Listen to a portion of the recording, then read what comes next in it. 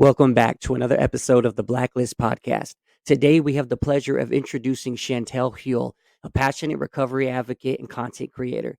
Chantel is the striving force behind the successful recovery Facebook page, Trap House Testimonies, which has garnered a remarkable following of over 73,000 people. Today, we delve into Chantel's life journey, exploring the phases before, during, and after addiction, and the transformative impact recovery has had on her life.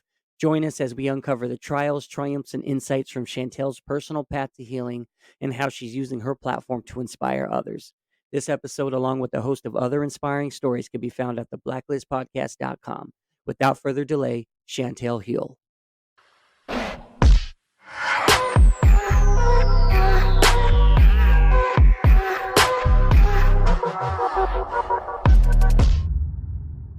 Thank you for joining us today, Chantel.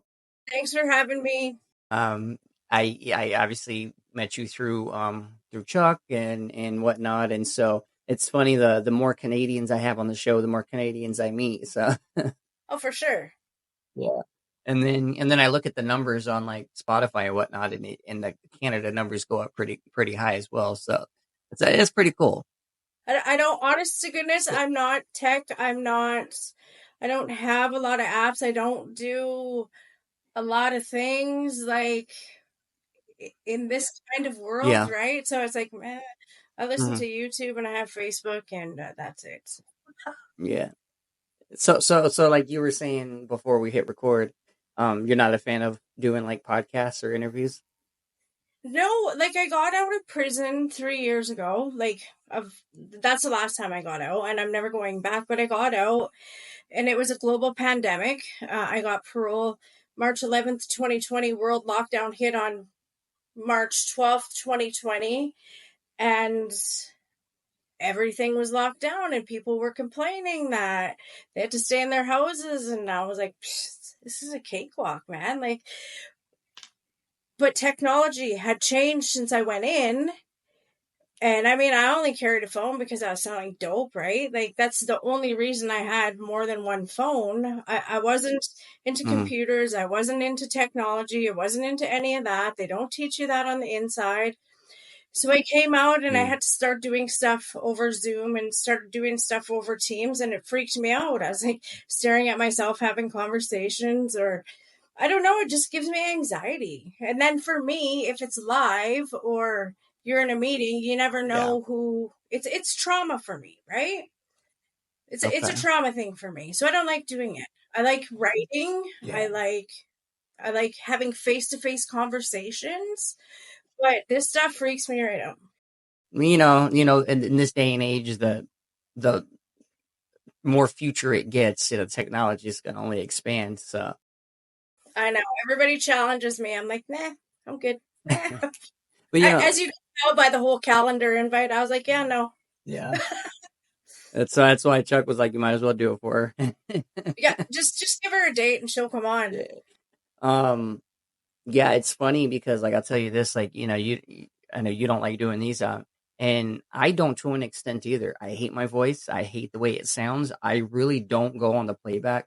It's hard enough for me editing because I'm trying to get through editing as fast as I can so I don't have to hear myself. So it's funny, like I do Facebook lives and I'm just like, oh, this is so weird. I don't know why. I could never, ever do a Facebook live or a reel of myself speaking and then posting it, because I too can't stand the sound of I'm like, oh, you sound ridiculous, or look at your 5 chins, or like it's always something. It's not constructive criticism. It's not good criticism. I just yeah, I get it. Yeah. It's one of those things, and then it's like, and then it's funny, like this is what we end up doing for profession. I'm just like, but it's all good. It's all good. The more that I listen and the more that I do it, I'm like, okay, it's not that bad. But even if I go on other people's platforms and I do a podcast with them, I can tell you this, I do not go back and watch it.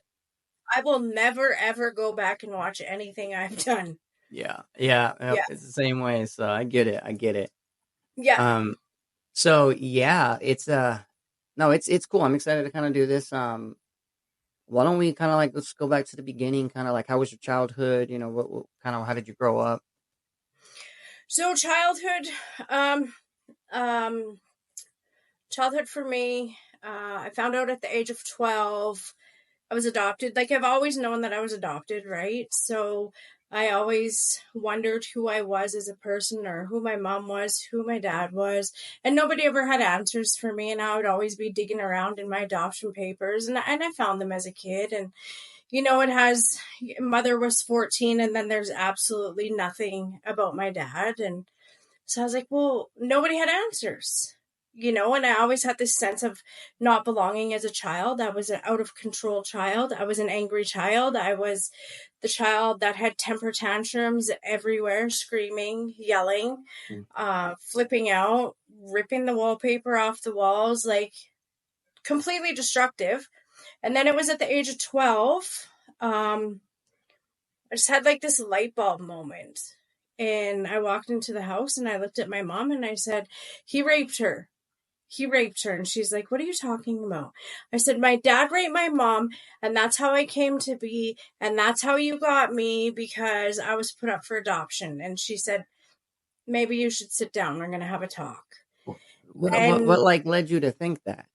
I have no idea. Like, even when I go back, because like later in the story I'll talk about it, but like, find out, deal with it, and let it go is a model of healing that I came to find 10 years ago about my life, and figuring out my story, right? But it was kind of like just something telling me here, right? Something telling me, and so I acted on it, and that was the truth. So it was at that very moment I felt dirty, I felt disgusting, I felt like I didn't belong, more than I felt like I didn't belong already, right? In this family. And at the age of 12 is when I decided I should start acting out. And I turned to boys. The first thing I ever turned to was finding that attention in toxic male relationships. Yeah. Yeah. So yeah, product of rape, grew up adopted into a white middle class home, biologically have no idea who I am as a human, or my identity. I'm I'm on a path to figuring out who I am. I'm just waiting for my ancestry in the mail. I ordered that a couple weeks ago, but a lot of questions, a lot of unanswered questions still that hold me back from a lot of healing in my life. Side note on the ancestry, so you're waiting on that, right? Yeah. So my own personal, real quick, my personal little testimony with ancestry and 23andMe was just, it's kind of crazy deal since you brought it up. Is I grew up not knowing who my father was. I met this guy when I was 18 years old who was supposed to be my father. My mom had no clue, no where he was, this, that, and the third. And all of a sudden she posted on Craigslist. I don't know if you guys know Craigslist. I don't know if it's Yeah. We okay. have it. I wasn't sure. So, but she posted on Craigslist, in the seeking, In the in ads. one of the ads. And Yeah. I'm looking for John Lee. This is where he lived. This is where he worked. Blah blah blah blah blah. And I guess one day he called her and he said, "Yeah, I think you're looking for me." And I guess his best friend saw the ad and was like, "Yo, this sounds like you." So Yeah. yeah, plot twist. He wasn't my dad, but we'll get to that section in a minute. But I met him thinking that he was my dad, and Yeah. he wanted nothing to do with me. And it was like a good 18 to, 32. Yeah, 18 to 32, where I thought he was my dad. And like, I tried so hard to have, and so I was like, you know what? I want to try my ancestry. I want to try my DNA. I want to know just kind of like where I am, who I'm from, blah, blah, blah.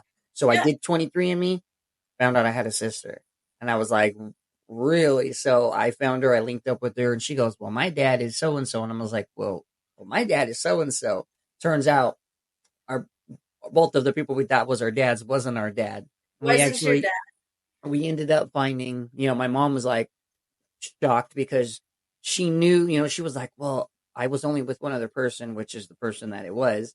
Yeah. But she was just so fucking shocked that that was the case. And so it was like a whole Jerry Springer type thing. But I found out though through through Ancestry and 23andMe that I had 2 brothers, 2 sisters, and a dad, and a whole nother family that I knew nothing about, all at the age of 32. So be careful when just be prepared when you get that. Well, I think that was one of the things holding me back. What are the answers going to be when they come back? Mm, What am I going to learn? Do I want to know it? Am I prepared for this?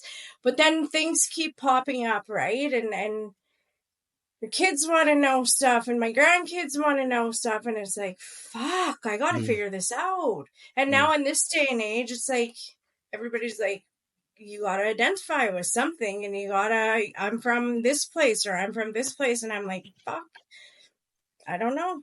Yeah. Yeah, it's really crazy, like, how technology has come, especially with DNA and whatnot. Yeah, But and hopefully that gives you some answers, and it helps, yeah. give you some peace in your mind about some things. Or it'll be another nightmare. Or it'll be another nightmare. Hopefully not, but 50-50, give or take. yeah.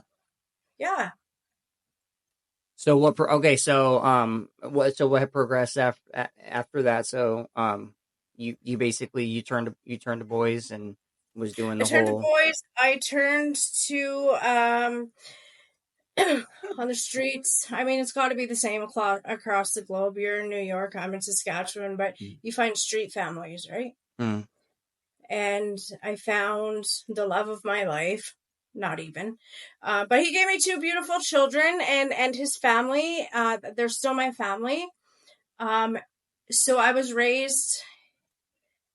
adopted into a home with positive values, with structure, with 2 working parents. Um, you go to school, they taught me work ethic, all of these things. mm, But there was that trauma. So I sought out everything negative I possibly could, and I surrounded myself with it, and I thrived at it because I thought I was good at it. But it felt like I belonged there. So I had this sense of belonging. So I had these 2 families, um, white middle class, and the other one was, the negative lifestyle, right? I don't like sharing other people's stories that aren't mine to share.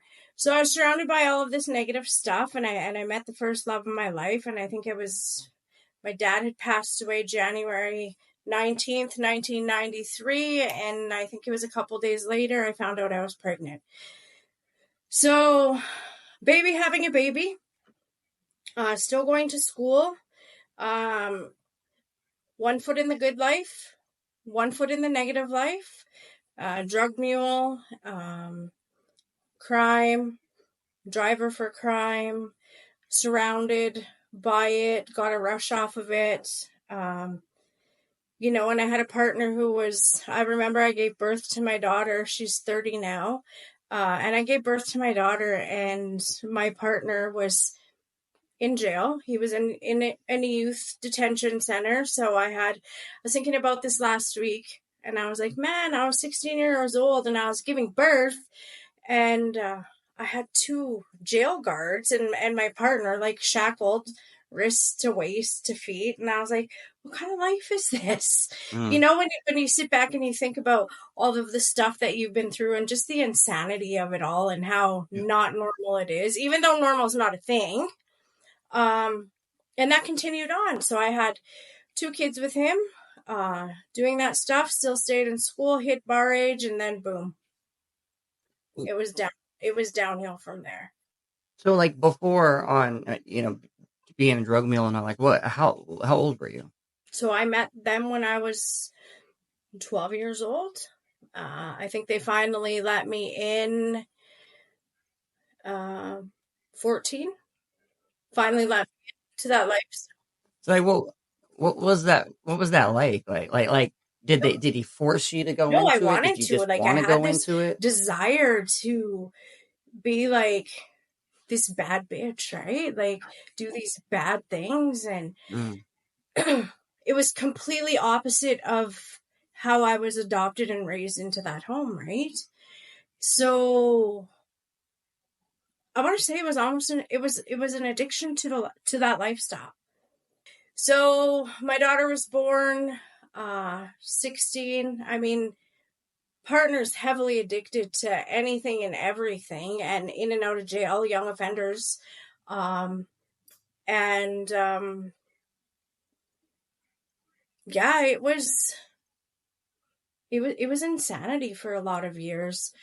Um, Mm. Domestic abuse, pulled a gun on me. I was 16 years old. My daughter was 3 months old, and it grazed the side of my head and it went into the ceiling. Like, there's so many reasons why I should be dead right now as my story continues on, but I'm still here. And yeah, then I hit bar age. How old were you Like, when you first used anything? when I Yeah. first used, Yeah. probably 13. Younger, Younger. because my parents used to serve alcohol at the Yeah. table, and it was normal in my family to have a glass of wine. It was normal to have a Christmas meal, and the kids were given alcohol. Um, And then what about like a substance? Weed was my first substance, which escalated to all forms of THC, and then cocaine. I think a lot of interventions where I was pregnant back to back as a teenager. So I wouldn't use. So I got pregnant at 16. I had my daughter, and I was pregnant again within as soon as you could possibly get pregnant. Damn. So Damn. yeah, like I had back to back Yeah. kids, right? And then my vice was alcohol Okay. after that. I went to toxic relations. Well, obviously, the first thing was toxic relationships, and alcohol. It started in the bar. Met my second partner. He's that bad boy. Everybody wants a bad boy because you can change Mm. them. But yeah, So you hit the bar age this and it was done. it was done. And I was in the bar every night from Tuesday to Sunday. I think I didn't go on Mondays. Really? And drinking and partying. No drugs yet, just full on booze. Right? So my mom was raising my kids, babysitters were raising my kids. Just toxic all around. Wow. How did your mom feel about that? Her exact words, I'll tell you, if your dad was alive right now, he'd fucking kill you. Yeah. And my mom never swore, so I never forget it because I just laughed at her every time she tried to drop an F-bomb. Right, But right. yeah, yeah.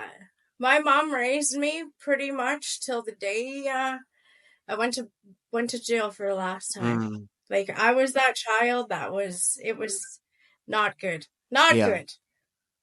When Yeah. did you realize then that it was an issue? Like this was real, your alcohol was really an issue. Did you think you had an issue? No, not No. then. For the longest time, you would fast forward to, I don't remember what year my mom got married again, but I was a 00. I was 89 pounds soaking wet, and I honestly still didn't think I had a problem. Wow. So yeah, yeah. And then what about your partner?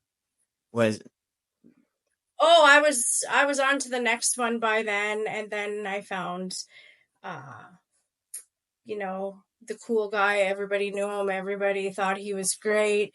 Everybody loved him. Everybody wanted to be like him. Alcoholic, uh, dabbled in the drugs. Um, yeah, it's a sad story because everything that he saved my son from, he's fallen to now. really? So yeah, it's just crazy how the world Yeah. Had works. the tables to turn. Yeah, yeah. Wow. So what was kind of like the when was the first time you went to jail? So I got my education. I would stay in school. Stayed in school, got my office education, so that's like secretary type bullshit. Wasn't for me. It was just a cover to get free money every month from student Mm. loans, while still partying every night. And then I went for my child and youth care worker and my office educational assistant. I was working in the schools, and I was working for the Department of Social Services, and I was doing after school outreach programs and developing and implementing these programs and working with at-risk youth and kids who were in care, and I was working for corrections and public safety. And I met all of these kids who I wanted to fix because they were so broken. And it was so easy to look at them and try and fix them instead of looking at myself. So the drugs escalated. Still working in these situations. I've never publicly shared So this you were story. doing all of that while you were okay. Interesting. Yeah. So my first hardcore drug was Oxycontin, right? So I'm taking pain meds and I'm doing this and it's getting me high. It's not taking the pain away, but it took away the reality of life. So I'm working with all of these kids, toxic relationships, and I want to fix everybody and anybody around me. So this all escalated into me coming to work like loaded or up for days on benders. And then I started trafficking. So I was the person in the staff room getting loaded on breaks, like getting high. I was the person leaving at lunch to go get more dope so that I could make it through my day in the schools. And then that escalated into me being the person that was selling dope out the back door at school while I was at work. Really? Yeah. I don't think I've ever publicly, on a platform, I share that when I speak publicly in person to an audience, but I've never, right? So the people the youth I was working with, wanted to fix them, but they also taught me a lot of things. These youth were in open custody. They were in gangs. They were drug users, very open about it. So I started selling dope to them. And then I started using with them. The youth I started using with taught me what my first 10 shot was. They taught me a lot of things. And then what was that interaction like, though, the very first time? Like, did you approach them or did they approach you? Or can you talk about that? I think I can talk to, man, it was one of the youth. So I could provide respite for the ministry, for child and family services. Okay. So this is before heavy drug use. So I provided respite to a certain individual who we became very, very close. She became one of my family members pretty much, right? And her family, I was a part of her family. It's hard to explain, but that's where it started with me, was with this individual. Right? And Then it just progressed from there. And it just progressed, right? It just progressed, because once you start using and you're trafficking and you're out on the streets, you're going to start running into the people that you used to work with. So for the longest time, holy fuck, like, this is my teacher. Like, holy fuck, you taught me math. Like, these insane, like, now that I think of it, do I regret any of it? I don't regret any of it, because every single part of my story made me who I am today. Would I do it again? No. My son puts it in a phrase for me that always sticks true to my heart. And he said, Mom, is really cool when you're helping those kids on the streets, but what was really not cool was when you turned into the street with them. Wow. And I always keep that in the back of my mind.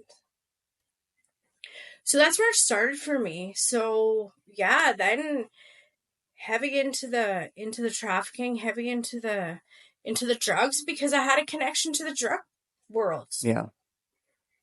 Like, I had that connection. So I had a constant supply, and fuck, it was cool. It was cool that somebody needed me. It was cool that I could provide to somebody something that they needed. Still not even using the dope that I was selling. It was my drug of choice is that down. Right? So my phone was ringing off the hook. I got to visit with people. I got to sit with people. I had what they needed. I thought I was fucking cool. I had no idea. I was destroying communities, destroying families, destroying my own family, destroying my life. And then the gang life came to me. I was approached because I had what the gangs needed. I had that constant supply of product, and I was in a toxic relationship. And I was in an abusive relationship. And they said, "Man, you want to partner up?" And I said, "What do you mean? Like, what do you mean?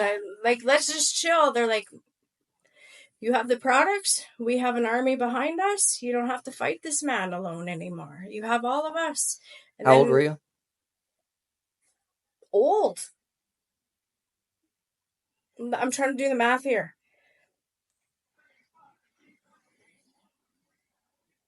It's probably only 15 years ago.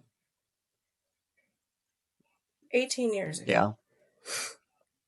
So we partnered up, and life got worse, and it became really hardcore, and I seen some ugly shit. And I started going to jail. I started going to jail. First charges I ever had were assault. And then they just escalated, and I was flagged on the streets of Regina. I was red flagged in Regina, and I just kept getting charges, and I kept getting charges, and I liked it.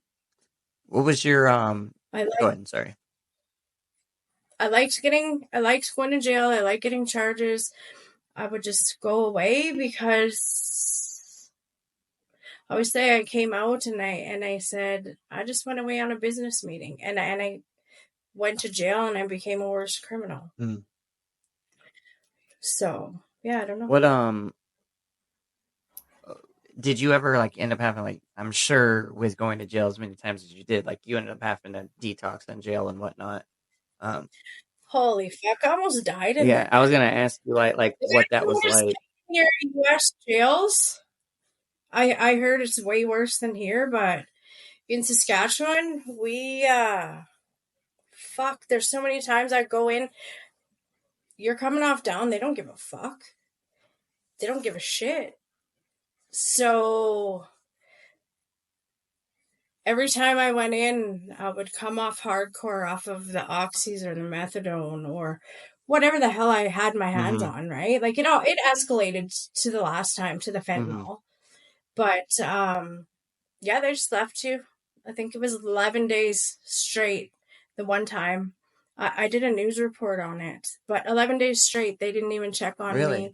They didn't make me stand for count. They nothing. I had girls going to methadone and like cheeking the tampon and coming back and putting the tampon just to like make me feel a little bit better, right?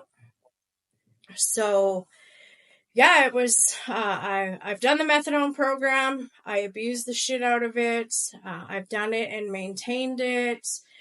And then the last time I just detoxed hard, and there's a lot of reasons why this last time was my last time, because my life took some crazy turns on the inside. But yeah, I have 107 criminal code convictions, all for assault, drug trafficking, weapon trafficking, and failures to comply and failures to appear. 107 of those? How many times have you been arrested? I can't count. Really? Like I can't. It's been that many, huh? Even. Yeah. Yep.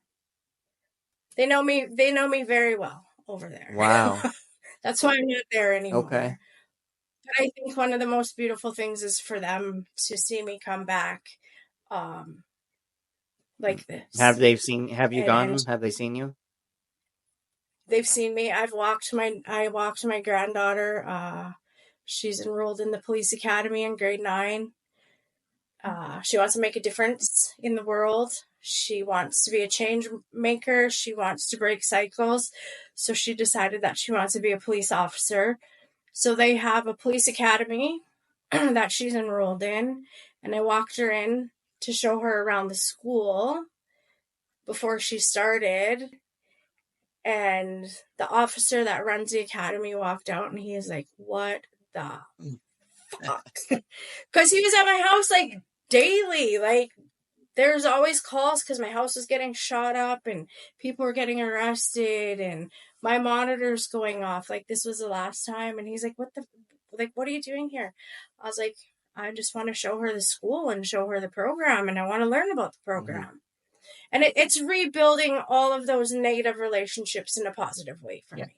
Transformation of relationships, transformation of self, and moving forward in a good way. Yeah, and it's making those amends, in a recovery, and no matter what that may look like, for some people, they fight charges and they go back to jail and they serve their sentence, and whatever that may be, whether it's just a simple apologize or it's manning up and handling your shit. So that's it's a good way to do it.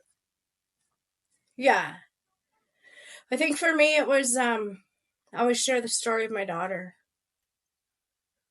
because my daughter was my co-accused, my daughter was my associate, my daughter I got high with, we used with, we sold drugs together, we committed crime together, you name it. And my daughter became my cellmate. And I was like, what the fuck are you doing here? And she said, I got picked up for attempted murder. And I was like, okay, wait a minute. Let me process this. And so it was at that moment, this was my last sentence. I was on a transfer because I still had provincial charges, but I was a federal inmate. I don't know how it works over there, but and she became my cellmate. And I was like, it was there on the same unit. I was incarcerated with my child, that I was sober and felt love for the first time in all of these years, and felt like genuine, like, holy fuck, love for my child. I have a younger son and an older son who left, so they weren't surrounded in this life. They knew about it, but they weren't surrounded in it. And we became cellmates, and I was like, I gotta change my fucking life around. Like, at what point do you continue living life this way, role modeling this bullshit, negative bullshit to your children? Or when do you start showing them a better way? So it was then, and I left and I went back to the penitentiary and I reached out to all the people that came and gave their time. They were contracted by corrections. They weren't corrections officers or guards, but the elders and AA and NA and church and all of those people that didn't have to be inside of a prison, but they were inside of a prison to help individuals. Yeah. And I reached out to them to find a better way, right? And then my mom passed away. And my mom phoned the institution to say goodbye to me because she knew that she was dying. And I was like, okay, wait a minute, what? And in my mind, I had this idea that when I decided to stop using the dope and living that lifestyle, everything was going to be how it was. And when before I picked up, just this twisted thinking. And it was like, holy fuck. Wait, all of these years have passed and all of this shit has happened and nothing's the same because I'm living a selfish life. The world's still going on around me. Everybody's doing what they got to do. And so I got to see my mom on her deathbed for the first time in years. And she said, can you please make me proud? Change your life for the better. Like, start living in a good way. So I honored that commitment. But yeah. Did you were still in jail? Did they let you out to go see her? I have I had another court coming in Saskatchewan, so I had to leave Edmonton, come back to Saskatchewan, and they made it happen for me. And I remember the provincial system saying, if you fuck us over, Chantel, like as in running from the hospital, I couldn't. I was fully shackled from my wrists to my feet with an officer on each side of me. I was like, I'm not fucking gonna run anywhere, right? And I remember saying, I don't even think I can go. I don't even think I can do this. I don't want her to see me like this. And they convinced me to go say goodbye to her and talk to her. But yeah, they made it happen for me because that never happened. So, I mean, it was That's kind of like your turning in point. these moments of my life when I started having these, it's not a coincident moment. This isn't a coincidence that there's no such thing. This can't happen, you know? You start questioning and then start believing maybe that there's a hand out there playing a greater part in your life that you have no say in. What was the last scenario that got you locked up for the last time?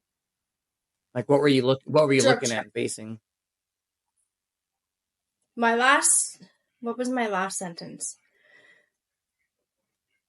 I got picked up on my birthday. I got arrested. I got arrested on my 42nd birthday. So I got clean on my birthday. I got arrested on my birthday. I broke out in handcuffs for the last time on my birthday. And I got picked up for drug trafficking. Real crazy story. I don't want to incriminate myself. So I got picked up for trafficking again.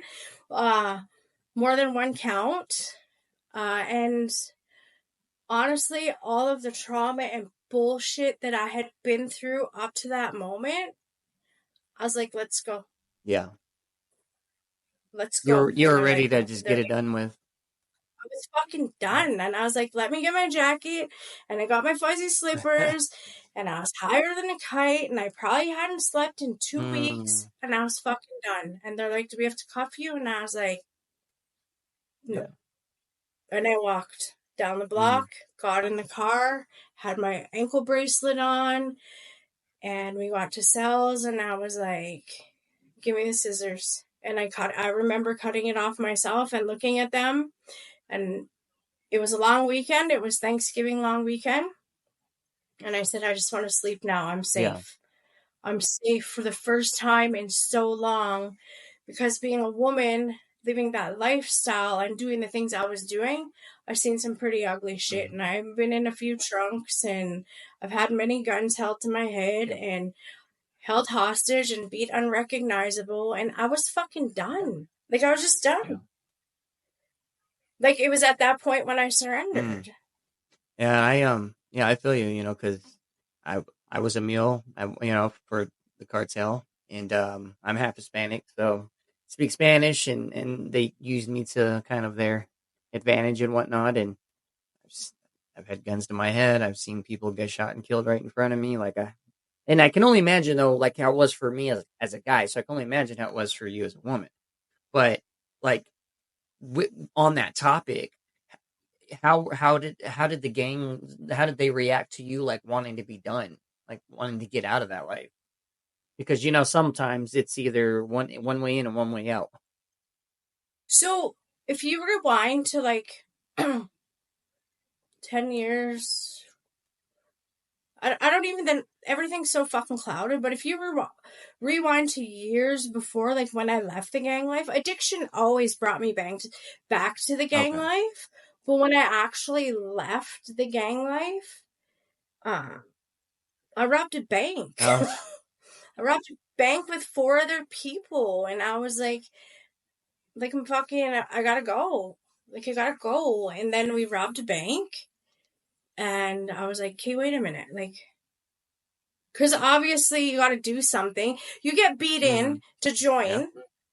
You get beat out to leave. Or now they send you on a mission that's going to benefit them or something that they're going to benefit from.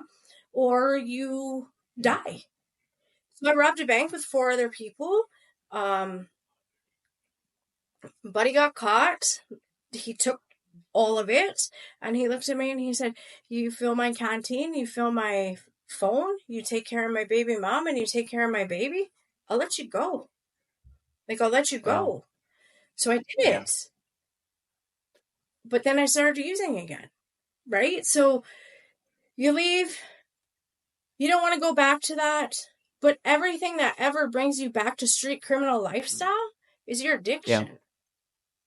So when you got caught at the last time, you were already out. You had been Yeah, out. but surrounded, like fully Okay. surrounded. My house was fully surrounded with a different color, Hmm. obviously, but um because of my child, Yeah. right? Like, So so your daughter being your cellmate and then your mom passing away, that was your turning point. And that right there that is what made was you be like, yo, I'm fucking done. done, done. And then being able to like go to her funeral, and you're in prison. What do they call them? Spiritual Mm. awakenings? I don't fucking know. I'm not a program person, Yeah. bro. I'm I'm totally not either. not. It's all right. Uh, I've done Hmm. it, but it's not my Right. thing. Um, so many things started happening inside of the prison that just got the ball rolling, and like I've seen all levels of security in there, and um, I found I found culture, I found ceremony, I found elders, I found a different way, and I surrounded myself inside the institutions with this stuff. I worked hard to get out on ETAs where escorts could take me out, and then I got UTAs where I could leave the prison alone and walk to church and walk to these places to do volunteer work. Um, Keeping in the back of my mind that commitment that I made to my mom. Yeah. So like I said, I go up for my parole hearing. I have 14 supports with me, and they tell me you're high risk to reoffend. We don't want to release you. I was like, okay. And they said, but we're gonna. Mm. Because all of these people here that spoke to your transformation proves to us the work that you're doing on yourself. Yeah. And so I transitioned out of a federal penitentiary with all of these supports. I had a psychology team because it was the first time I ever addressed my addictions and my mental health. I had elders, I had uh, pastors, I had priests, I had my people who took me into community all speak to my transformation. So with that, um, I have a major community support out here in Saskatoon. It's called Straight Up. It's the only organization in Canada that works with gang members and street criminal lifestyle people addicted, leaving the lifestyle. They helped me create that support network on the inside of the institution on the Yeah. outside. So the transition was easy. And then it was lockdown. Like I said, global lockdown. It was a breeze for me. So I think I feel this time I had an easy transition and reintegration back into community. How'd you feel like your first day out, free, clean? I Because there was no transportation, all the planes were done. There was no buses. There was nothing because of COVID. Two pastors um, decided to offer to drive me on a 7-hour drive What? from Edmonton. So it was amazing, but I'm not gonna lie, I've been in that halfway house, a couple times. So I just walked in, I was like, I'm home. They're like, fuck's Yeah. sakes. Yeah. What? So it was just a change in the world because inside the institutions when COVID hit, it was fucking Really? insanity. Insanity. What ended up happening to your Yeah. daughter? Her charges got dropped. She moved to Vancouver. She had a baby. Well, if you ever see Denny on my feed, she's gonna change the world. That little baby. She still struggles with her Mm. addiction here and there, but she's grown so much since Yeah. then. I don't even remember the year, since 5 years Yeah. ago. Yeah, she's She has 5 kids. 2 of them I helped transition back into her care. So I was raising 2 kids for a while here a few months ago. They were apprehended and the ministry phoned and they're like, "We didn't even know you existed. Can you take these kids?" And I was like, "Yeah, I'll take them." And then that was another really traumatic, triggering experience because Child and Family Services is way more broken than our prison systems out here. It's just a system that sets you up to fail. I feel it's like that out here too. It's pretty. Is it? They fail the kids so many ways, and it's really sad. It's so sad. And so I have a big mouth, and I got a lot of connections, and I know what they need. And I said, if you don't surround them with the same supports that I have to be successful, then this is never going to work. And the social worker said, well, what does that mean? And I was like, what? I was like, how do you not know how to set a child up for success?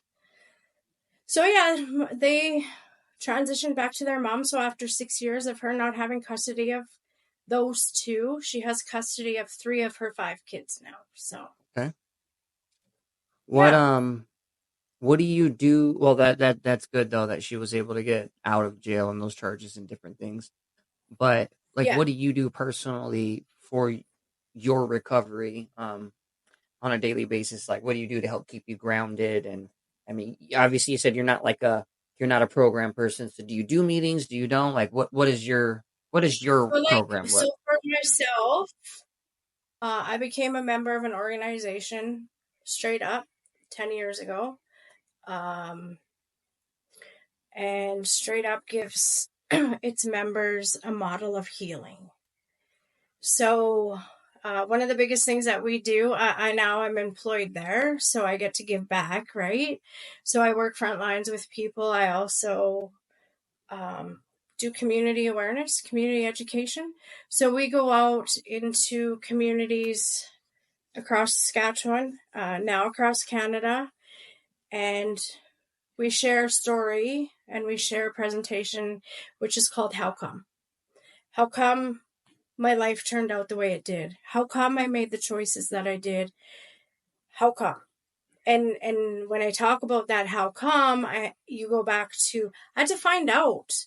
I had to find out my story. I had to find out what I've been through, deal with it, right? And then let it go. I work still with my prison elders. I kept that connection. I work with a lot of the supports that I still had in the prison. I never got rid of those supports this time. That was one different thing. And I share. I share my story in a way not like this. I usually don't share in depth like this. But what worked for me? What do I do, right? And for me, it's ceremony and it's culture and it's having honest conversations with people and it's being raw and it's being real and it's advocating and like my babies lost their dad to a fentanyl overdose, so it's just being real and raw and honest about addiction and showing people that there's a better way and there's a different way and there's a good way, right? That's like But not judging and labeling and shaming and all that bullshit, because we've had enough of that in our lives. We don't fucking need any more of it. absolutely. But that's why we do this. Like that's why we do shit just like this too. Is I know you like specifically don't like doing things like this, but this right here, this is community. This is what helps. This is what not one person may be holding on to that might, and so the one that you don't want to do that or that you're not comfortable doing sometimes can be the one that changes somebody's whole life. Well, I think for me, like, Dan started Hard Knocks Talks. So I got out of prison. I was like, who is this fucking guy? Like, what is his, but what the fuck? Like, cause I don't know Dan from the streets, right? So Dan started Hard Knocks Talks and I was like, okay. And I remember the one time he posted and he's like, I'm going to have to put some makeup on or like just crazy shit, right? For the podcast. Cause I don't understand this. I was like, well, if you ever need help putting that blush on, like, I can help you, or if you ever need help behind the scenes. And everything, for me, I like to do it behind the scenes. So I was a moderator on Hard Knocks. I'm still the moderator on the community group. I have been that. And I started bouncing ideas off of Dan, and I'm like, hey, we should do this. Hey, we should do that. Hey, what about this? Or what about this? And I like to sell like just crazy ideas. And he would challenge me. He's like, well, why don't you do that? And then I'd shut it down right away. Because it has to do with technology. I'm like, fuck that. Fuck that. So we were out in community at a few conferences they were at and I was at for work, and just promoting things. And my first set of hoodies came out, and it was retired drug dealer. It's my story on a hoodie. I'm a retired drug dealer. So my first batch came in after a conference one night, and I posted it to my Facebook, and Dad messaged me, and he's like, hit accept. And I was like, what?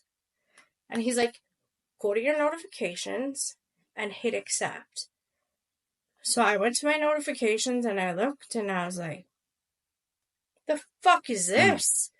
And it said something about administrator to Trap Host Testimonies. Because that's my testimony on Hard Knocks Talks. It was called Trap Host Testimonies. That's where the name came from. And we're going to get to that in a minute. Definitely. Okay. So I looked at, so then I messaged him back and I said, fuck you. And he's like, this is your chance. He's like, I will mentor you. I will help you. He's like, just hit accept. And I was like, looking at my phone, I was like, fuck. And I clicked it and I was like, here we go. Yeah. And that's how that came to life. And Dan mentored me through some stuff. And then I hit some really hard times in life where I just let it go because I couldn't, because these kids were more important and my own healing was more important. And I had a problem because my own personal page, I'm really good at like blogging and journaling on my page for everybody, but I couldn't do it for an audience that I had no fucking idea who it was. Yeah. So I struggled with it for the longest time. Yeah. And then I was like, I'm not going to listen to Dan's advice, because what works for Dan and what works for Jared and what works for Chuck, it doesn't work for you. Might not. Yeah. It doesn't work for me. And I just have raw conversations and I type them out, or if I'm like upset, I just make a post or I type something up. And a lot of stuff that has been posted comes out of my journals from jail. Really? Yeah. And I like, and it was like when I was on Dan's show, it was really, really weird for me because doing a whole live thing. But I Dan and Donna, they got a story. They definitely got a story. That Dan's actually comes out this Friday, and then Donna's comes out following Friday. So I'm excited for that, but. Yeah, Dan knows his shit, so it's just kind of where it is. He definitely knows his shit, so it's cool that at least you were able to get some mentorship underneath him, Oh yeah, and we still talk all the time. Like there's a relationship, forever relationship built there, right? But I think everybody comes from a different walk of life, right? Like if you haven't, I don't know, there's a civilian drug addict, and then there's an addicted gangster, and there's huge differences between the two. Oh, absolutely. One that just goes and just buys off the corner, and just goes and uses, and then there's the other one that's fully fucking in, like in deeper than you can ever be. And the things that you see and the things that you do, and there's codes in that lifestyle, and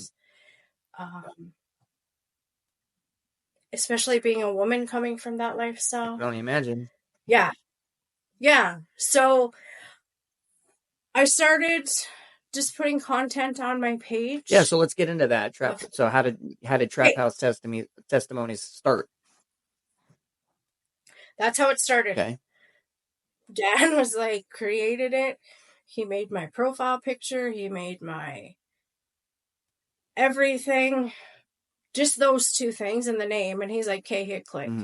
Okay, so And he made the whole thing for you. Well, he set it up for you. Yeah, he set it up, and then he's like, hit accept. Okay. And I was like, no.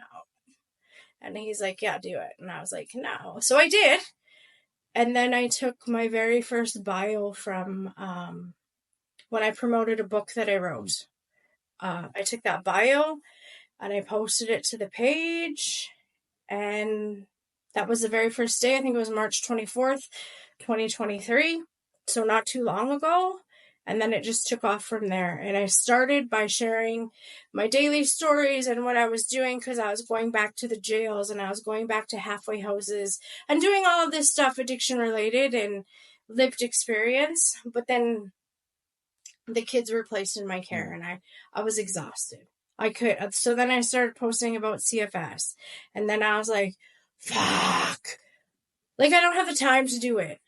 I got work, I got 2 kids, I gotta find them a school, I gotta do this, I gotta do that. The last thing I can do is run a page and come up with content. So I let it just like flatline for a while. I'd post a couple things a day, whatever. And Dan would like cheer me on, and I was like, I can't right now, bro. Like, I can't do it. I was like, this is way more important, and they come first, and protecting them and getting to them to where they need to be. And he's like, okay. He goes, it'll come. And then he taught me how to make memes. And then I was like, oh, I don't like making memes. Like, I'm still learning the meme game. I can't stand it. So then I thought, you know what? Hard Knocks Talks page, it works for them. It's not who I am. It's not where I come from.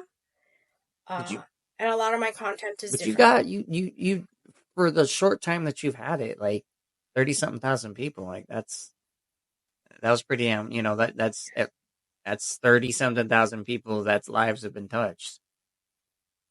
I have met some of the most amazing humans through that page who inbox me, and we just have conversations, who share their stories with me, who ask me to share their stories for them because of the shame attached to it. The comments when I post, like yesterday, it was just, I said, fuck, bro, I hate Christmas. I hated Christmas for so many years. I would go on a bender so I could sleep till New Year's. So like starting to live this life. It was my mom's favorite holiday too, but live this life now where I have a small family. I have my partner and my cat, and I set up my tree, and how I went from not celebrating to fully, so I posted my tree. I shared my story with the tree, and I was like, ask people, share. And the powerful stories that come out of some of the posts, or listening to other people's perspectives that I might not know, or I like am totally closed off to. I learned so much from my own page that it just felt it. That's why I keep doing it. Right? But it will never turn into a podcast. I'll never have Chantel talking on a reel. Yeah. Right? I mean, like you said, what works for one may not work for, but you seem to be doing just fine at the rate that you're at and what you're doing. And Dan has mentored me for through so much of it, and helped me with the paperwork, right? Like, we pick on each other all the time. Him and Donna are amazing. Yeah. No, I was very honored to share my story on there, but then to have them on ours, it was really, really cool, because like I had him on first and he was like, listen, you really got to get Donna on, and she's got a crazy story. And then and I like when Dan was on, like he made Brianna cry. and then when Donna was on, like it was just so it's awesome that you got that mentorship underneath that. Yeah. I think for me, sharing my story, because I've been taught, like, once you heal from it, you leave it. So that's why it's really hard for me to go back, because there's so much stuff I've healed from, and I've been taught you just leave it where it is, and you keep moving forward, right? Because if we keep going back and we keep reopening those wounds, they're never going to close. I guess I can see that. But like you said, that might work for you and it might not work for somebody else, or vice versa. But still, I get that. I could see that and I could respect that. That's like with this. I try to focus more on.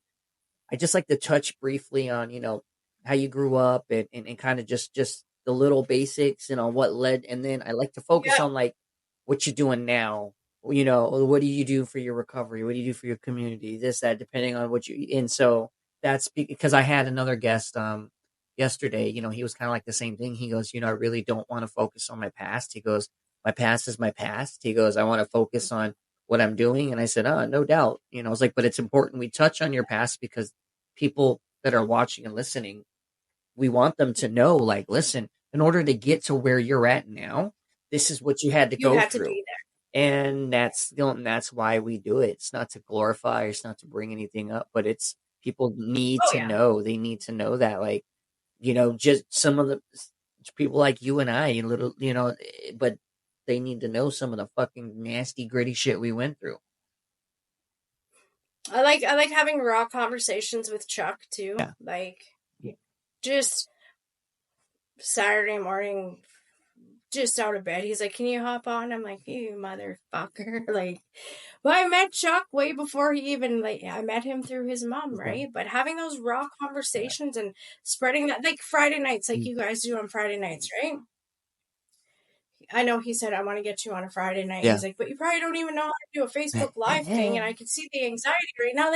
Like just making, I love laughing at myself and the insanities of what I used to think was fucking normal.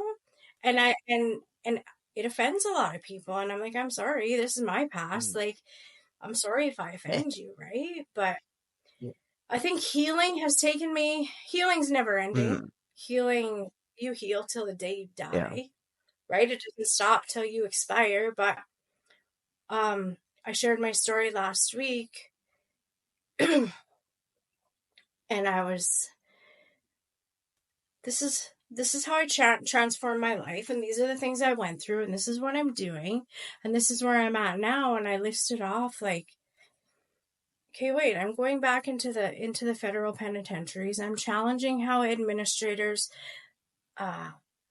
make decisions. I'm advocating for fentanyl. I'm advocating for humans in recovery.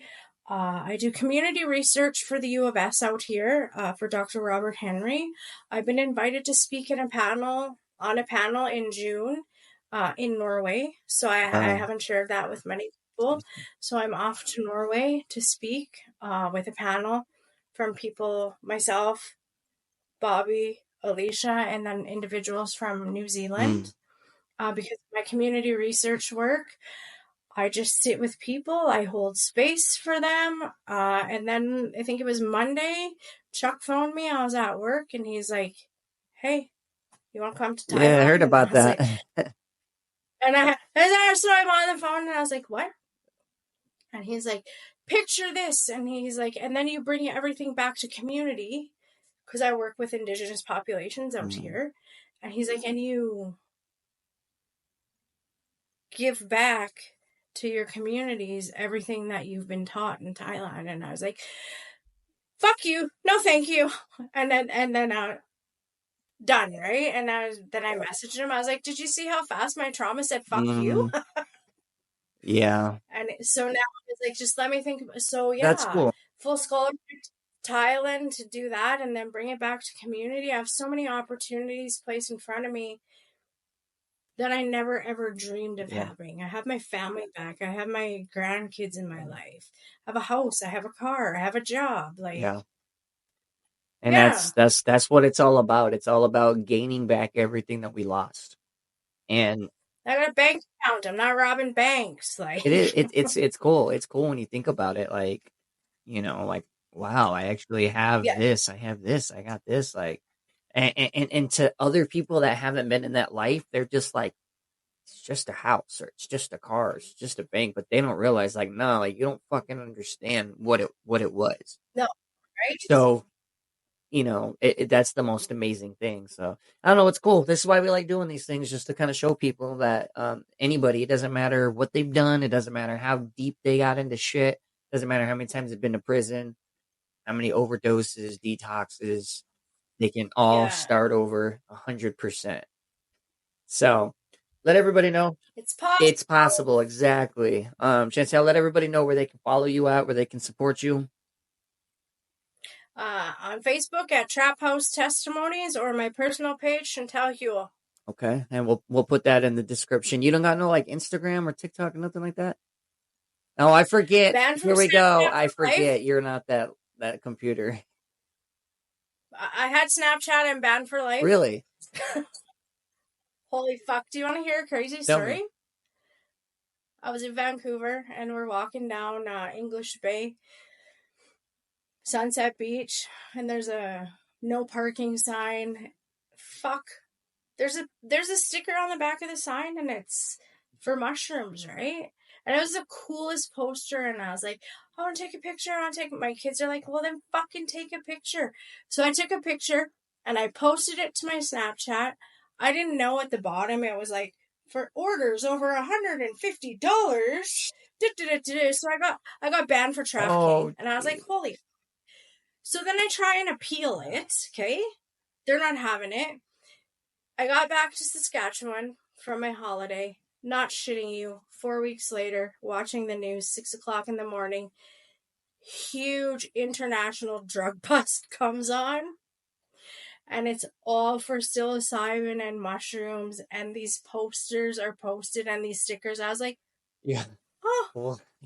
That's the sticker I posted to my Snap. Oh, no wonder they banned you for life. Right? They were fucking being watched, but it is so funny. I sent it to my kid. He's like, "You're an idiot." Jeez.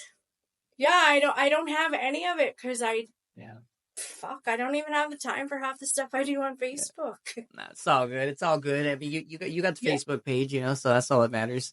So everybody, go show her some love. Go give a like and a follow to Trap House Testimonies. And man, I enjoyed it. I thoroughly enjoyed it today. I think it's really awesome. Chuck told me that you had a pretty crazy story, and even though we didn't dive like too deep into it, like just the basics of it was on point. We didn't Yeah, and it's all good. It's all good. We're just here to inspire, and give hope and positivity. So, but again, everybody, go show her some love. Go give a like and a follow, and that wraps up another episode. Hopefully today's conversation left you feeling inspired and uplifted. And remember, each one of us has the power to spread hope and positivity in our own unique way. And also, if you enjoyed today's episode, please follow us on your favorite platforms. Like and comment. Every single interaction helps with the algorithm and helps us reach others. And share it with your friends and family, because if sometimes this episode right here is what somebody needs to give them that little bit of push. And remember, no matter what life throws your way, there's always a reason to hold on to hope. And until next time, we love you.